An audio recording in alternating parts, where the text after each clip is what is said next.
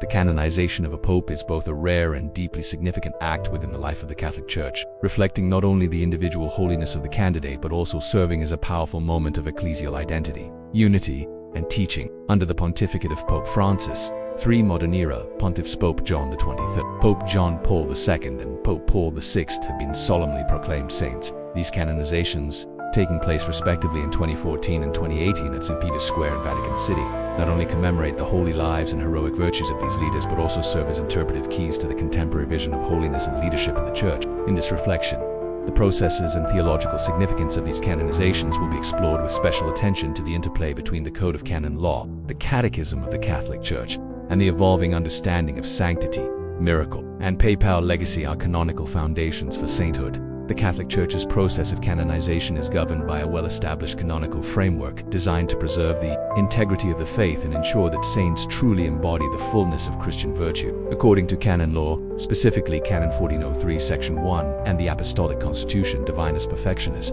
Magister promulgated by Pope John Paul II in 1983, the course for sainthood involves a rigorous investigation of the candidate's life, writings, reputation for holiness, and miracles attributed to their intercession. The process generally unfolds in four key stages. Servant of God, the initial declaration allowing the cause to begin. Venerable, recognition of heroic virtue. Blessed, beatification, usually requiring one verified miracle. Saint canonization, typically requiring a second verified miracle after beatification. Exceptions can be made under the Pope's supreme authority, as was the case with Pope John XXIII.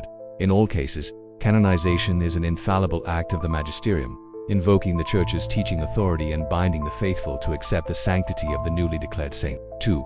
Pope John XXIII, canonized on April 27, 2014, alongside Pope John Paul II. Pope John XXIII was a transformative figure in modern Church history, primarily known for initiating the Second Vatican Council. His cause was initiated by Pope Paul VI in 1965, a testament to the reverence he commanded even shortly after his death. What made his canonization exceptional was Pope Francis's decision to waive the requirement of a second miracular canonical deviation justified by the Pope's exercise of his full, supreme, and universal power in the Church. This act drew attention to the theological concept of virtues heroic, which the Catechism of the Catholic Church explains in CCC section 828 as the perfection of charity in the lives of the saints. In Pope John XXIII, this was most evident in his humble demeanor, pastoral zeal, and commitment to a Genimentoa spirit of updating the Church's engagement with the modern world. His encyclical Pacem in Terris and his role in promoting ecumenical and interreligious dialogue have continued to inspire both lay and clerical leaders. Canonically speaking, the absence of a second miracle did not hinder his cause, as the Pope exercised a prerogative rooted in the unity and sanctity of the Church's magisterial voice.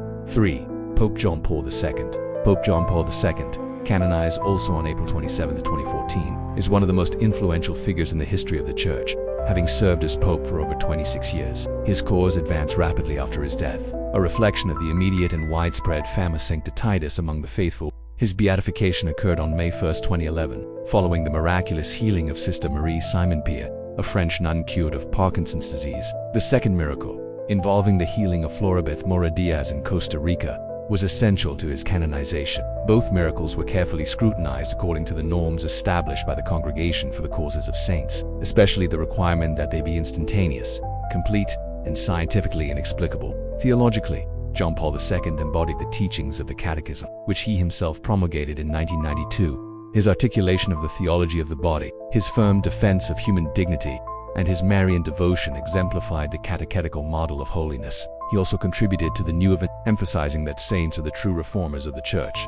4. Pope Paul VI, canonized on October 14, 2018. Pope Paul VI's recognition as a saint affirms his central role in guiding the Church through the implementation of Vatican II and his efforts to interpret the signs of the times in light of eternal truth. His pontificate is perhaps most well known for the encyclical Humanae Vitae, in which he reaffirmed the Church's teaching on artificial contraception, an act of moral courage and fidelity to divine law in the face of growing secular opposition. His cause proceeded from servant of God to venerable, and then to beatification in 2014. After the approval of a miracle involving the healing of a fetus in the womb, his canonization followed a second miraculous healing in 2015. These healings reflect CCC section 2003, which affirms that grace is first and foremost the gift of the Spirit who justifies and sanctifies us, often manifested in the lives and intercession of the saints. Paul VI's deep commitment to ecclesial unity, reform, and global dialogue demonstrated through his historic travels and the establishment of the Synod of Bishops helped shape the Church's pastoral and missionary identity in the late 20th century,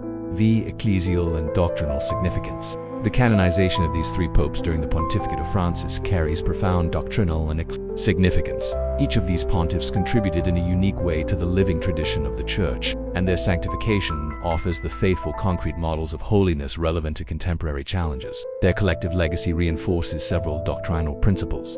The universal call to holiness.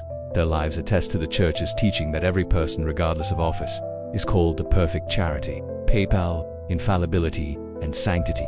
While not every pope is canonized, those who would demonstrate the compatibility between teaching authority and personal sanctity and reform, particularly through John XXIII and Paul VI.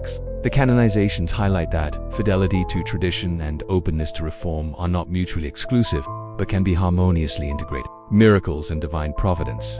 The verified miracles associated with these pontiffs reinforce the Church's teaching on divine intervention through the saints.